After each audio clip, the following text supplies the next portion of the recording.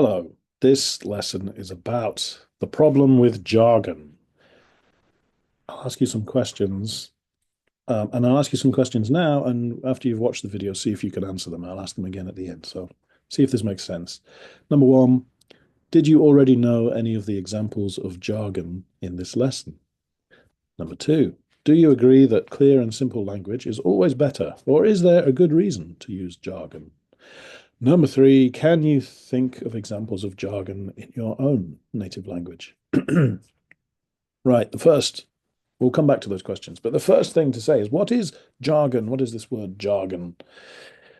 Jargon is language, vocabulary, and ways of talking that are specific to a certain group. And if you're in that group, you can understand what people are saying. If you're outside of that group, it's very difficult to understand.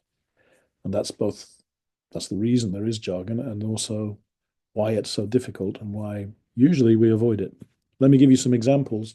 Some medical jargon. People talk about hypertension.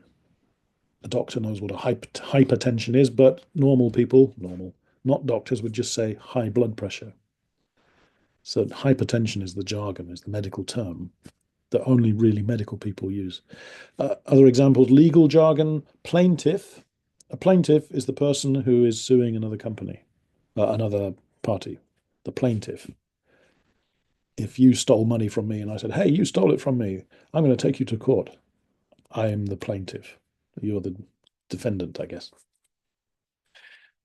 The fact that you have to explain it means that's why it's a problem using jargon. Number three, technology jargon. People say bandwidth. I've got a lot of bandwidth for that. Instead of saying I've got time or ability to do something, they're taking a technical word and using it in spoken English. Business jargon, synergy. Synergy means combining two things together and saving money or saving time or working well together. That's the synergy. But synergy is such a difficult word. People outside of business don't use that. And number five, sports jargon. Here's an example. He scored a hat trick. Hat trick? What's a hat? A hat trick?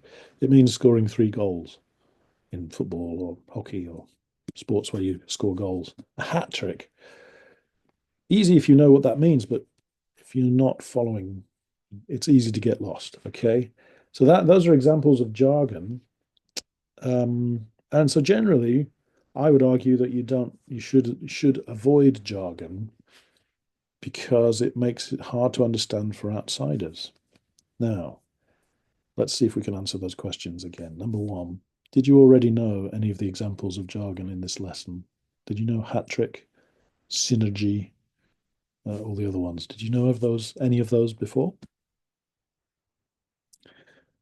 Number two, do you agree that clear and simple language is always better, or is there a good reason to use jargon? What do you think?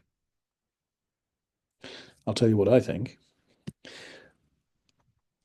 Is there a reason to use jargon? Yeah, there's a reason, but it's maybe not a good reason. The reason is to keep outsiders away. If only insiders know what the terminology is, then it sort of builds a wall and says, "Well, I'm an expert because I can speak in jargon. I know what synergy means. I know what a hat trick is. I know what a plaintiff is. You don't know? Oh, you don't know." So it serves a purpose as a building a wall. Now, personally, I don't think building walls between people is generally a good idea,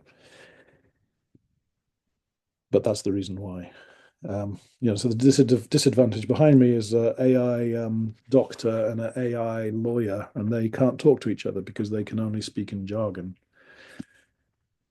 It can get extreme in business meetings. People hide behind the language and hide behind terms, and it's not good.